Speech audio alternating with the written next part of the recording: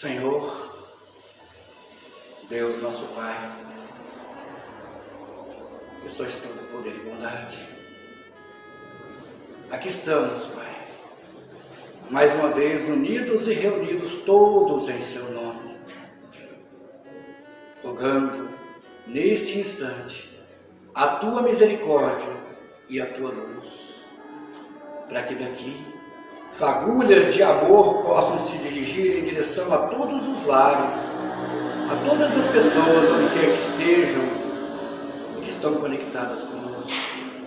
Que todos recebam neste instante, Pai, as nossas vibrações de amor. Lembramos sempre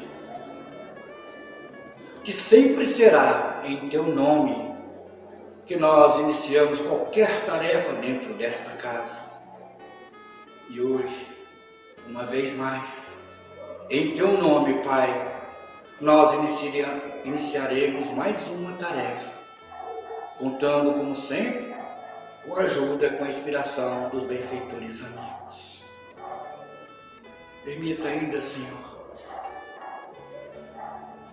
que todas as pessoas que estiverem aí nos seus lares, preocupados, angustiados, aflitos, seja qual for o motivo, que possam aliviar os seus corações com a nossa prece, com o nosso trabalho. Sintam-se em paz, confiem na providência divina, confiem em Jesus, entregue-se a essa tarefa, que Deus não vai falhar com nenhum de nós. Tenho certeza que nenhum de nós pegaremos essa doença ou esse vírus, o que quer que seja. Tenho certeza que todos nós sairemos dessa pandemia sem nenhuma sequela, sem nenhuma dificuldade, porque Deus é conosco, Deus nos ampara a todos e vai continuar com todos nós. Que tenhamos então uma boa tarefa, que todos sejamos inspirados e que Deus ilumine cada um de vocês, hoje e sempre, que assim seja.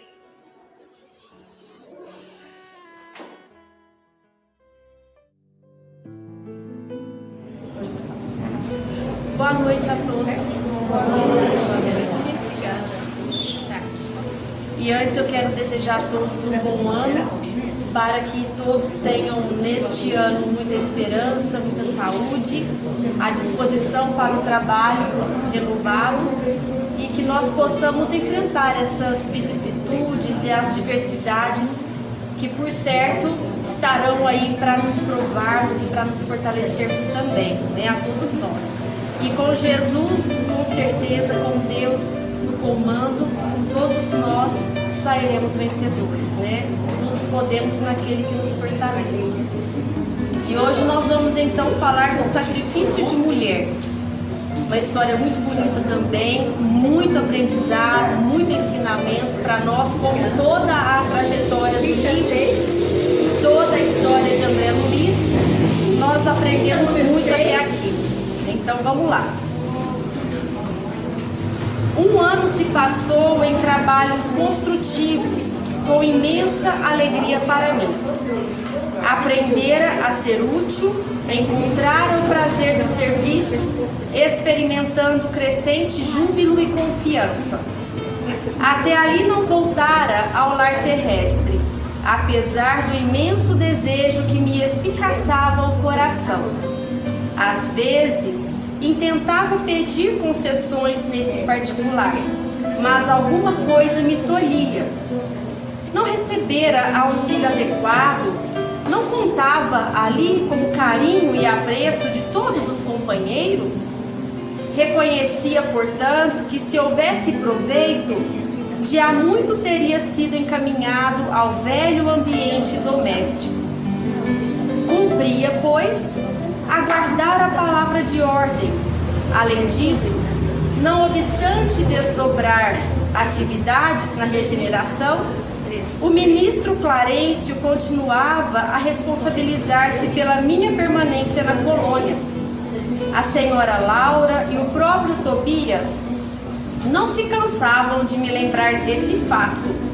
Por diversas vezes tinha defrontado o generoso ministro do auxílio e, no entanto, mantinha-se ele sempre silencioso sobre o assunto.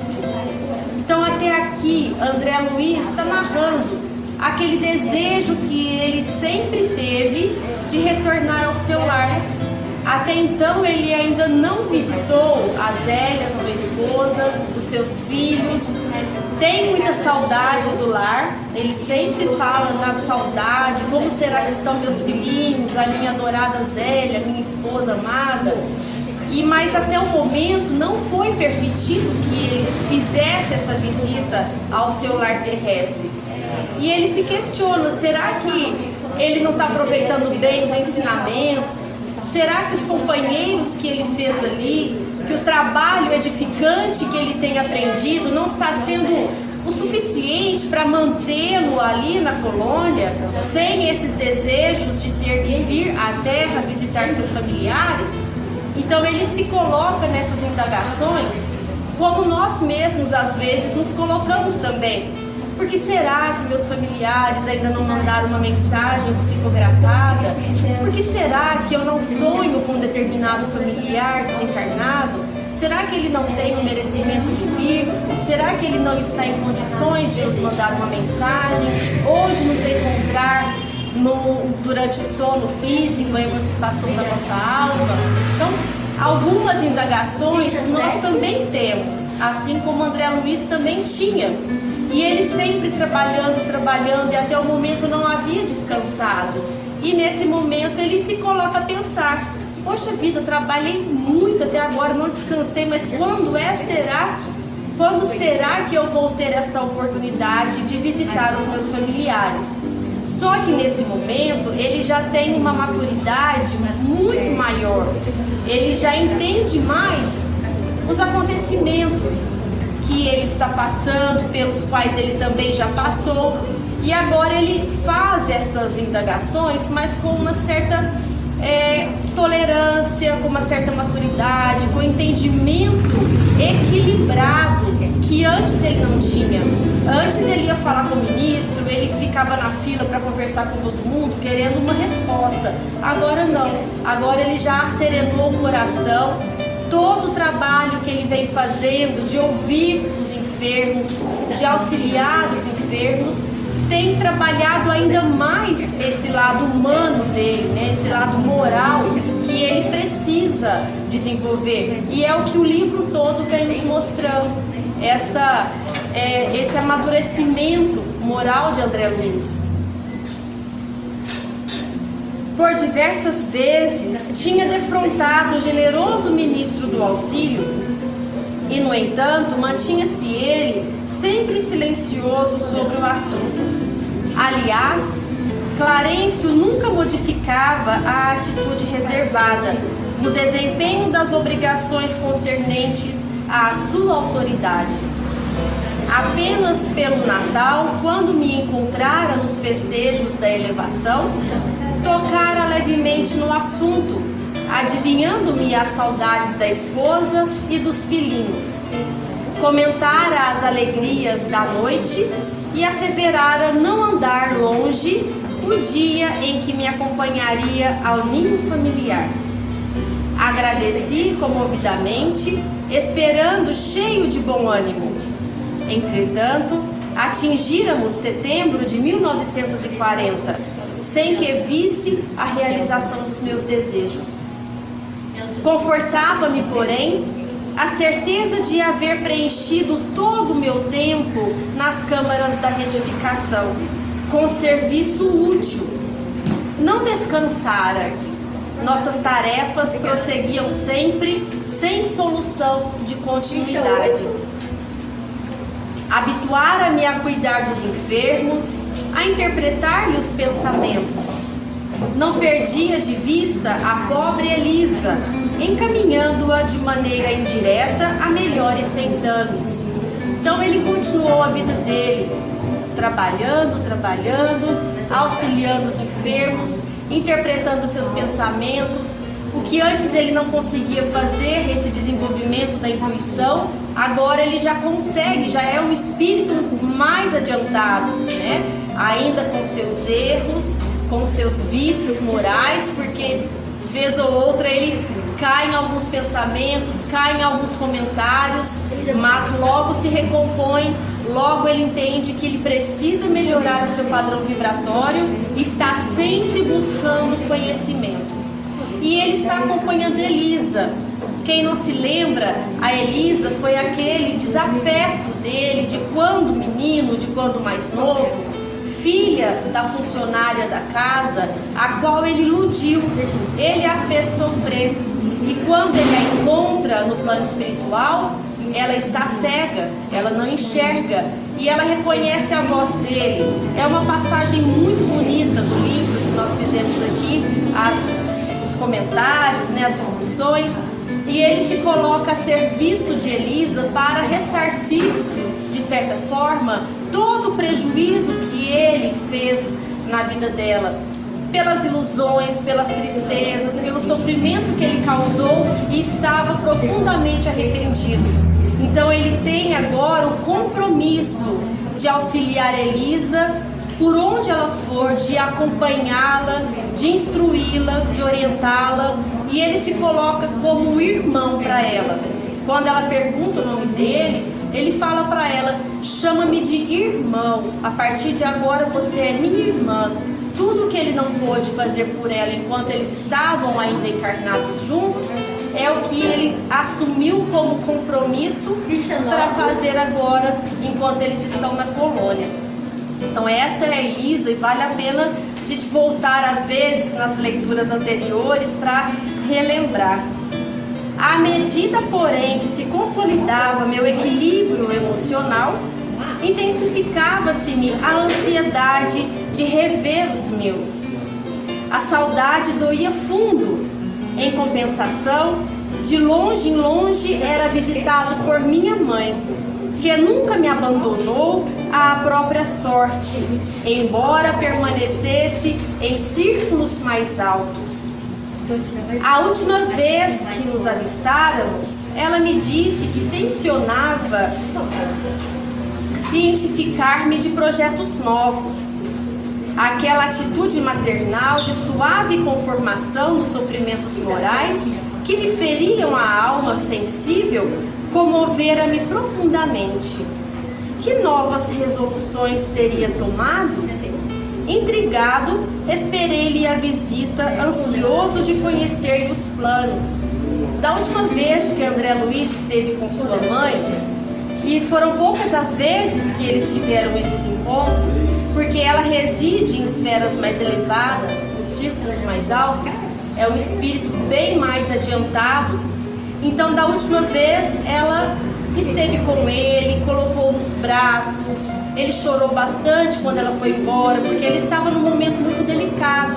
Ele estava precisando daquele colo de mãe, daquele abraço, das palavras de apoio, de encorajamento, e ela deu tudo isso a ele. E quando eles se despediram, ele sofreu bastante. Sofreu no sentido de se emocionar, de ficar com saudade, né? Mas ele entendeu que ela precisa seguir o caminho, porque ela está em ambientes mais elevados, com missões, com trabalhos muito importantes também. E agora ela vai encontrá-lo e vai dar uma notícia para ele. E é justamente o que traduz o título desse capítulo, que é o sacrifício de mulher. Então ela vai informá-lo de algo que vai nos trazer também muito aprendizado, bastante mesmo. Então, quais serão essas resoluções que ela teria tomado? Com efeito, nos primeiros dias de setembro de 1940, minha mãe veio às câmaras e depois das saudações carinhosas, comunicou-me o propósito de voltar à terra.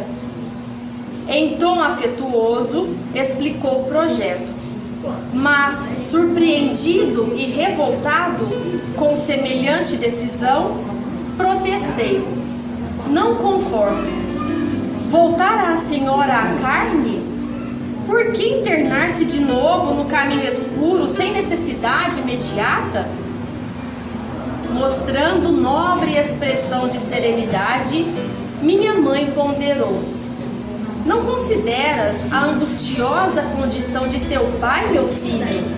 Então André Luiz já entendeu que a mãe deveria retornar à terra. Para quem está desencarnado, dependendo dos motivos que levam à reencarnação, é novamente adentrar-se em uma prisão, porque o nosso corpo é uma prisão para o espírito. Para quem está lá, como André com a sua mãe, nos coloquemos na condição de André. Após muitos anos que ele estava já na colônia, reencontrou com sua mãe, não queria largá-la mais. Quem de nós também não gostaria, não é? De ter sua mãe por perto, onde quer que seja, e nunca mais sair daqueles braços, daquele afago, daquele carinho. Então ele não queria que ela adentrasse novamente ao corpo de carne, por qualquer motivo que fosse. Não queria. Então ele ficou revoltado. Disse que ela não precisava disso, que ela poderia ajudar de onde ela estivesse. Mas agora nós vamos conhecer esse espírito elevado da mãe de André Luiz. Não é à toa, né, que ela está nos círculos mais altos. Pela sua abnegação, pelo seu desapego, pelo amor fraterno, pelo amor de irmã, e não pelo amor de mulher, pelo amor de mãe. Ela enxerga a todos da humanidade, a todos que estão lá em nosso lar, em todas as esferas do plano espiritual, como seus verdadeiros irmãos. Então ela vai dar agora uma lição para ele, porque ele fala aqui, ela fala, né? Não consideras a angustiosa condição de teu pai, meu filho, que o pai dele está a um passo do abismo, das trevas, as quais nós lemos algumas 3 semanas, 4 talvez, que nós já fizemos essa leitura das trevas, do abismo, das diversas esferas do plano espiritual, dos umbrais, né, mais profundos, superficiais, mais... Então, ele está numa condição angustiosa e ela não pode vê-lo dessa forma. Que é o pai de seus filhos, que foi um homem que ela amou, que ela ama agora como irmã, não mais como homem e mulher. Há muitos anos trabalho para reerguê-lo e meus esforços têm sido improfícuos. Laerte é hoje um cético de coração envenenado. Laerte é o pai de André Luiz. Não poderia persistir em semelhante posição sob pena de mergulhar em abismos mais profundos. Que fazer, André? Terias coragem de revê-lo em tal situação, esquivando-te ao socorro justo? Vendo o pai nessa situação, será que ele teria coragem de se esquivar, fingir que não é com ele, fingir que não conhece, não estou vendo, e deixá-lo cair no precipício? São indagações que nós podemos nos fazer também até mesmo com os nossos entes mais próximos. Às vezes abrirmos mãos do nosso julgamento, do preconceito e abraçar a causa, porque é o irmão que necessita de ajuda. Não, respondi impressionado. Trabalharia por auxiliá-lo, mas a senhora poderá ajudá-lo mesmo daqui. Então ele entende tudo que ela fala, mas ele ainda bate o pé. A senhora pode fazer tudo daqui, não precisa descer, não precisa ir para a terra. Não duvido, ela respondeu para ele. No entanto, os espíritos que amam verdadeiramente não se limitam a estender as mãos de longe. Eu achei essa frase aqui tão forte que até grifei, porque ela fala: os espíritos que amam de verdade não se limita a ajudar de longe. Estender a mão de longe, a pessoa pode não conseguir segurar na nossa mão. É de perto que nós temos que dar o auxílio. É junto com aquele ali que está precisando, porque de longe não vai ter o mesmo efeito, pode não chegar até ele a ajuda. De que nos valeria toda a riqueza material se não pudéssemos estendê-la aos entes amados? Poderíamos, acaso, residir num palácio, relegando os filhinhos à intempérie? Não posso ficar à distância, já que poderei contar contigo aqui. Doravante reunir-me-ei a Luísa, a fim de auxiliar teu pai a reencontrar o caminho certo. Então ela não pode ficar longe, ajudando de longe, e ele lá a um passo de cair no precipício, no abismo. Quem não se lembra dos primeiros capítulos, nós já falamos do Laerte também. Ele foi um marido infiel que teve 2 amantes, e essas amantes que foram motivo de várias dissensões no lar, elas agora são vampirizadoras de Laerte. Estão juntos no plano espiritual, nos umbrais mais profundos dessas esferas mais grotescas, que são as trevas, próximas já ao abismo, que é o último nível, e elas vampirizam Laerte, sugam as suas energias. Então ele já está totalmente exaurido, quase entregue àquelas perseguições mentais, àquela exaustão mental que elas fazem com ele. E a mãe de André Luiz, ela está disposta a reencarnar agora para salvar, entre aspas, né, para equilibrar novamente o Laerte junto com essas 2 amantes que são irmãs para ela. Tamanha é a grandeza desse espírito que ela ama verdadeiramente. O nível em que ela se encontra, ela tem amor verdadeiro por ele e por elas também.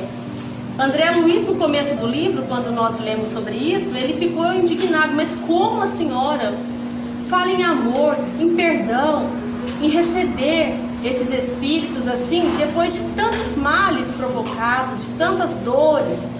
Mas ela já está num nível que talvez nós não compreendamos ainda, nas limitações da nossa individualidade, da nossa pequenez. A gente ainda não consegue entender, mas ela dá uma lição lá no começo do livro de como chegar nesse patamar. E não é fácil, foram muitas, não é? Muitas e muitas encarnações para chegar nesse desenvolvimento moral tão profundo. Vamos ver onde eu parei aqui. Pensei em redarguir. Insistiria, no entanto, com a senhora. Não haverá meios de evitar essa contingência? Não seria possível. Estudei detidamente o assunto. Meus superiores hierárquicos foram acordes no conselho. Não posso trazer o inferior para o superior, mas posso fazer o contrário. Que me resta senão isso? Não devo hesitar um minuto. Tenho em ti o amparo do futuro. Não te percas, meu filho, e auxilia tua mãe, quando puderes transitar entre as esferas que nos separam da crosta. Entre mentes, zela por tuas irmãs, que talvez ainda se encontrem nas sombras do umbral, em trabalho ativo de purgação. Estarei novamente no mundo em breves dias, onde me encontrarei com Laerte para os serviços que o Pai nos confiar. Então, de nada vai adiantar, mas ela tem André Luiz no plano espiritual. Ela conta com ele, com o auxílio dele, porque agora ele já tem entendimento disso tudo. E ele já tem o desprendimento também para poder ajudar com as suas preces. Não só o trabalho útil nas câmeras de retificação, mas as suas preces também são muito edificantes. Lembrando que foi pela prece que ele conseguiu sair do umbral. E lembrando que os espíritos mais elevados já haviam visitado por várias vezes André Luiz no umbral. Mas, como ela diz aqui, o superior vai ao inferior. Então toda aquela legião de espíritos amigos, benfeitores, por intermédio dela, de sua mãe, visitavam André Luiz frequentemente, mas ele ainda não estava numa sintonia, num padrão vibratório capaz de perceber a presença desses irmãos. Foi pela prece que ele descortinou os seus olhos, a sua vista, e conseguiu enxergar Clarencio com Lísias e toda aquela equipe que já estava lá para socorrê-lo. Então o inferior não vai ao superior, mas o contrário pode acontecer, e sem que eles sejam percebidos, porque a névoa que se faz no olhar daquele que ainda está mergulhado na escuridão impede que ele enxergue a luz. Por isso que ele não enxergava, e tantos outros irmãos ali não enxergavam o que ele estava vendo no momento daquela prece tão bonita que ele fez. Mas indaguei, como se encontra ele com a Senhora em espírito? Ele quer saber como o pai dele se encontra com a mãe, né? Se é em espírito, de que maneira que eles se encontram. Como que ela sabe que ela tem que reencarnar em breve? Em poucos dias ela precisa ir para a Terra, porque ele também irá. E eles têm que se encontrar. De alguma forma, é uma reencarnação já planejada. Os superiores hierárquicos dela, conforme ela disse, já estão de acordo. Já entenderam que essa é a melhor forma para que ela resgate esse irmão das garras das vampirizadoras. E essas que são as vampirizadoras, essas duas, elas reencarnarão também. Estou dando spoiler aqui do livro já, porque não vai dar tempo de eu chegar nessa parte. Eu acho isso fantástico, essa parte é fantástica. Elas reencarnarão como filhas da mãe de André Luiz. Olha que grandeza, não é? Que desprendimento, que humildade, que sabedoria. Não tem adjetivo para qualificar tamanha atitude. Ama ainda o Laerte, é um irmão, amará essas duas vampirizadoras como suas filhas mesmo, e amará e ensinará o amor verdadeiro, porque é esse amor que ela ensina lá. Por isso ela está nos círculos mais altos. E vai endireitar todo mundo, vai colocar todo mundo no eixo. E que Jesus continue nos abençoando, protegendo a todos, que nós possamos sair daqui melhores do que entramos, com os pensamentos leves, o coração leve também, levando para casa só o aprendizado, só o amor, essa vibração boa, essa harmonia boa que nós recebemos aqui na casa.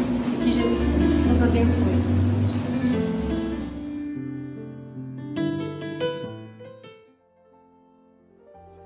Gostaria de cumprimentar a todos, agradecer mais uma vez por estar aqui presente nesta casa, agradecer aos organizadores da tarefa por mais este convite. Acredito que todos aqui já devem ter ouvido falar daquela parábola, né, que dois homens subiam ao templo para orar, um fariseu, o outro publicano. O fariseu de braços levantados dizia de voz alta: agradeço, meu Deus, por não ser igual aos ladrões. Agradeço, meu Deus, por não ser igual às pessoas que cometem adultério. Enquanto o publicano, que mal se atrevia a olhar para o alto, disse essa pequena frase: Pai, tenha misericórdia de mim, porque sou pecador. Essa prece rasgou o infinito e chegou ao seu objetivo, porque ele se recolheu ao seu íntimo, foi verdadeiro com o nosso Pai. Mas também dizemos aqui da primeira coisa a ser feita no dia. E a última coisa do dia que devemos fazer também antes do sono, também é fazer a prece. Porque o que dorme é o corpo e o espírito fica livre. E se a gente fazendo essa prece antes do sono, nos colocamos em condições para que os espíritos protetores cheguem até nós e nos ajudem. Eles podem nos levar para os lugares onde possamos aprender coisas novas, coisas boas. Eles também podem nos levar a praticar, a trabalhar em favor de Jesus. André Luiz passou 8 anos no umbral. O que ele fez um único dia foi uma prece. E imediatamente Clarencio e sua equipe foram resgatá-los. Jesus, antes de ser traído por Judas, disse aos discípulos no Monte das Oliveiras 3 vezes: orai e vigiai. E quando os discípulos já dormindo, antes dos romanos chegarem no Monte das Oliveiras, o que Jesus fez? Estava orando ao nosso Pai. Chico dizia, muitas vezes, quando não conseguirmos orarmos, fazer uma prece, que pensemos em coisas boas, que levemos os nossos pensamentos a pensar em coisas boas. No Livro dos Espíritos, 660, Kardec pergunta para os espíritos: a prece torna o homem melhor? Os espíritos respondem: sim, claro, os tornam mais fortes.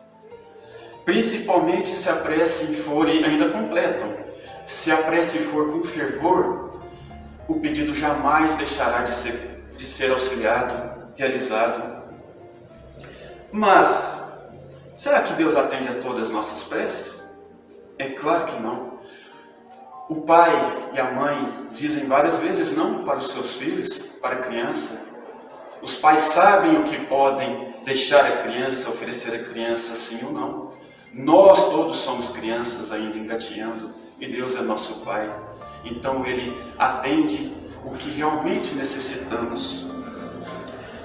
Haroldo Dutra, em uma das suas explanações, ele nos conta que um escritor, por nome de Longfellow, dos Estados Unidos, nasceu próximo do ano de 1800, o escritor nos contava que existia um mosteiro bem distante da Europa, situado no campo, onde esse mosteiro atendia, fazia assistências às pessoas necessitadas.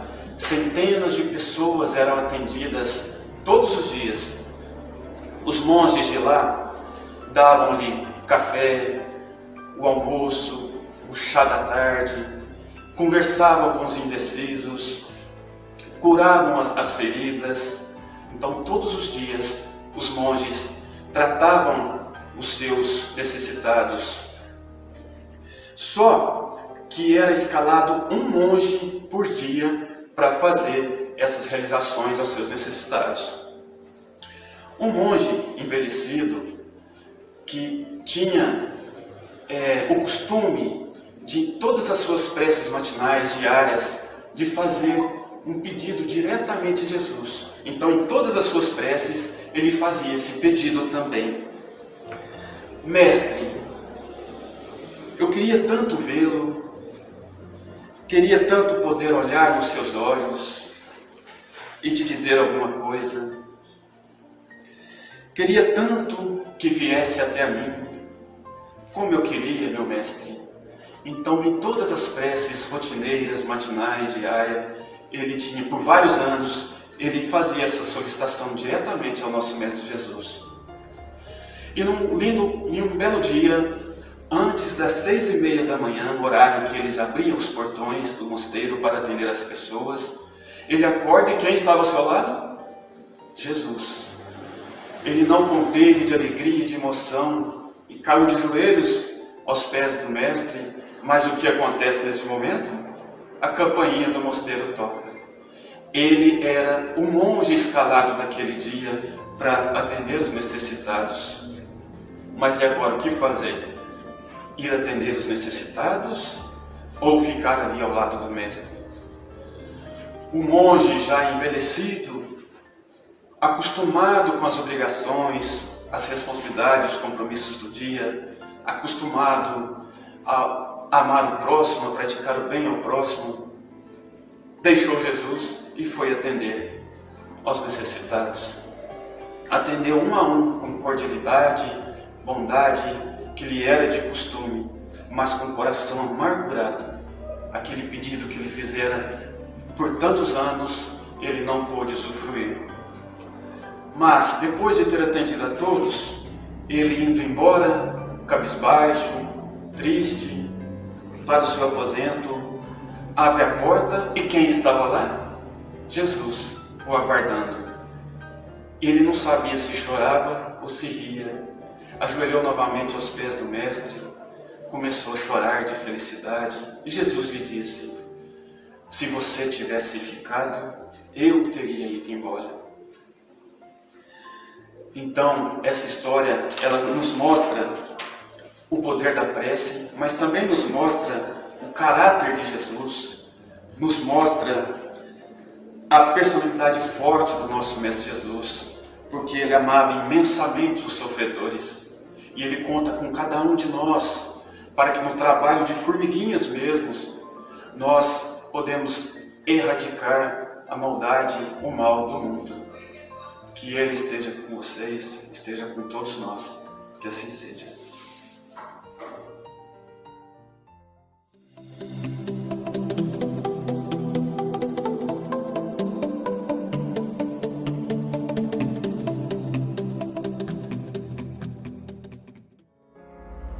Olá, estamos aqui mais uma vez com a evangelização infantil do SECA para mais uma apresentação, uma história. E hoje nós vamos ouvir a história do cego de Jericó. É a história do Bartimeu, analisada em cada ponto.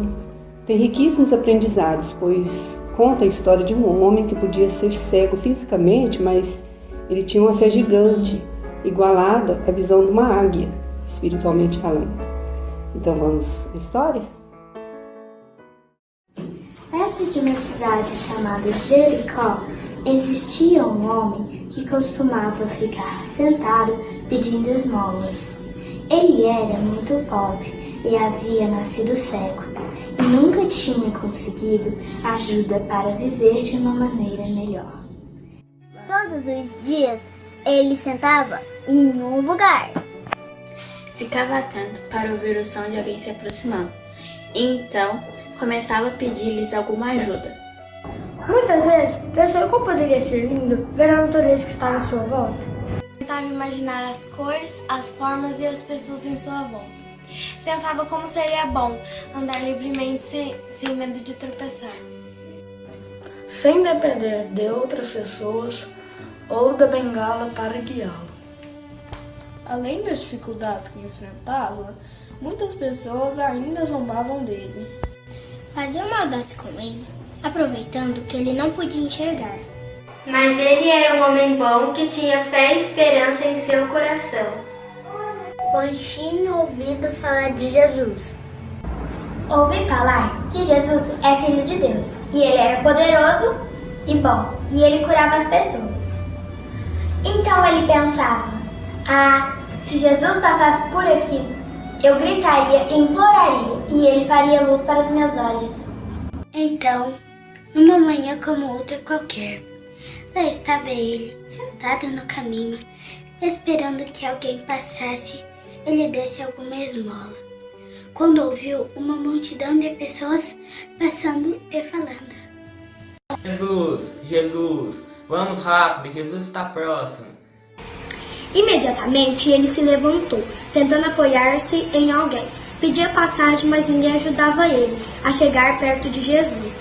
O cego de Jericó não desanimou e começou a gritar: Jesus, tenha piedade de mim. As pessoas começaram a brigar com ele para ele ficar quieto, dizendo que Jesus tinha pessoas mais importantes para atender, mas ele ainda continuava a gritar por Jesus. Jesus, ouvindo aquela voz, pediu para as pessoas não repreendessem o cego, pois ele precisava de ajuda. Abriu um caminho pelo meio da multidão. E ele se aproximou-se do cego e lhe perguntou amorosamente: que deseja que eu faça por você? O cego respondeu com humildade: que eu veja, mestre, quero enxergar.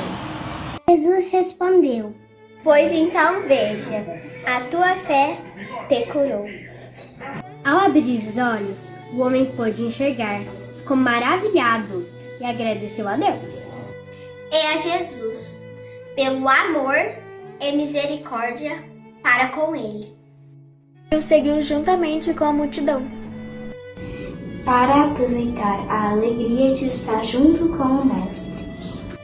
E aprendendo as maravilhas que Jesus ia ensinando pelo caminho. É indispensável marchar nas pegadas de Cristo, nos melhorando a cada dia. Existem situações em nossas vidas que nos colocamos junto ao caminho. Estamos no canto e sem visão de coisas futuras. Porém, não podemos perder nossas esperanças, acreditando sempre que Jesus tem feito algo em nossas vidas. Sendo assim, jamais podemos desistir.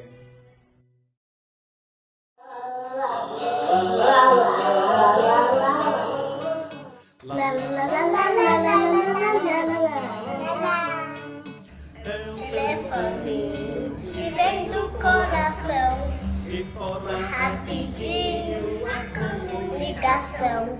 É o telefoninho que vem do coração, informa rapidinho comunicação. Aqui na terra, tão pequenininho, lá do outro lado, Jesus está na linha. Por isso, amiguinho, vê se não esquece do telefoninho que se chama prece. É o telefoninho que vem do coração, informa rapidinho a comunicação. É o telefoninho que vem do coração, que forma rapidinho a comunicação. A gente aqui na terra, tão pequenininho, do outro lado, Jesus está na linha. Por isso, sua amiguinha, vê se não esquece do telefoninho que se chama prece. Do telefoninho que se chama prece. Do telefoninho que se chama pet. É o telefoninho que se chama pet. Tchau! Tchau! Beijo! Beijo! Tchau, amiguinho!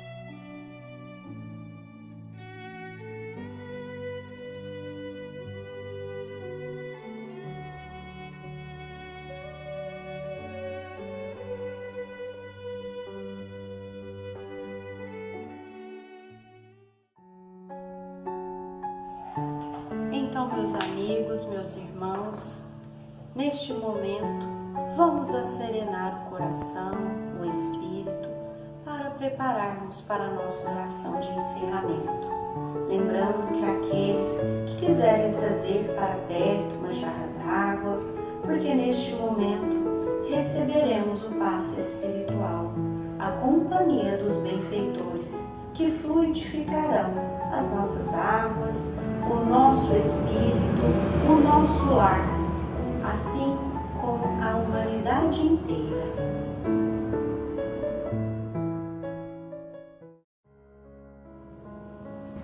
Pai amado, bondoso Mestre, obrigada por esta noite abençoada, por tudo que aqui aprendemos, com cada um que aqui passamos.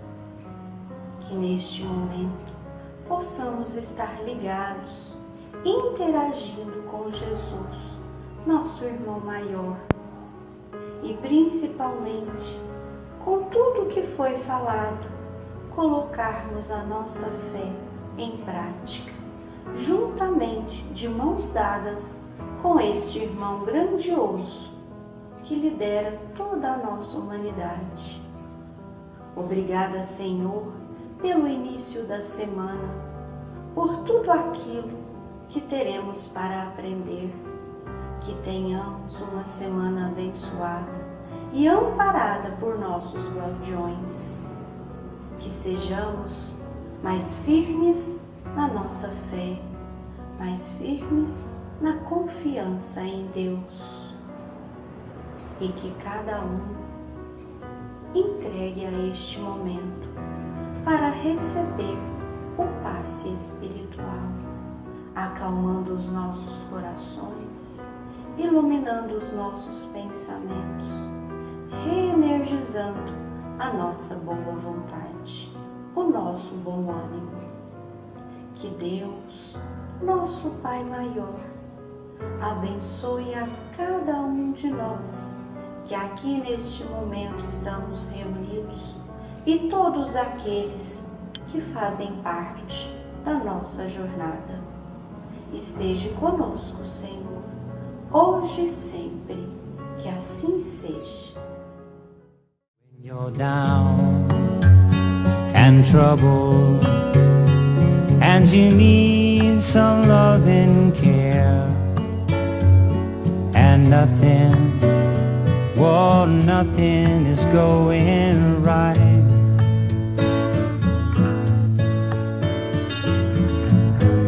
Close your eyes and think of me, and soon I will be there to brighten up, whoa, even your darkest night.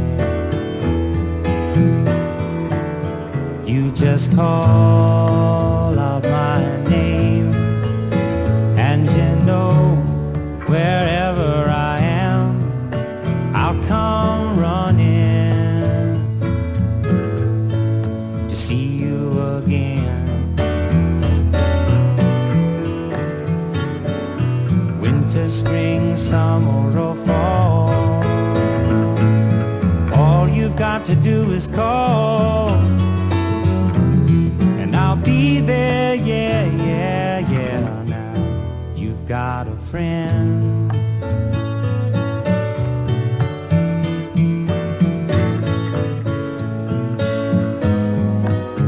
If the sky above you should grow dark and full of cloud, and that old north wind should begin to blow,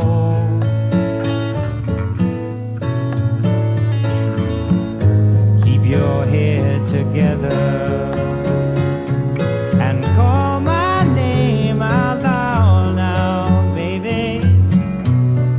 Soon I'll be knocking upon your door.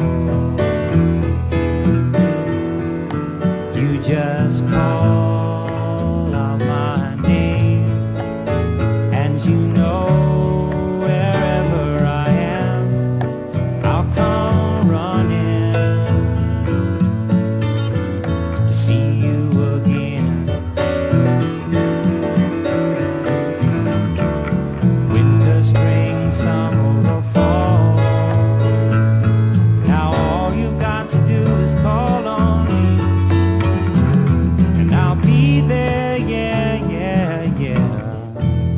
Tell me, ain't it good to know that you've got a friend when people can be so cold?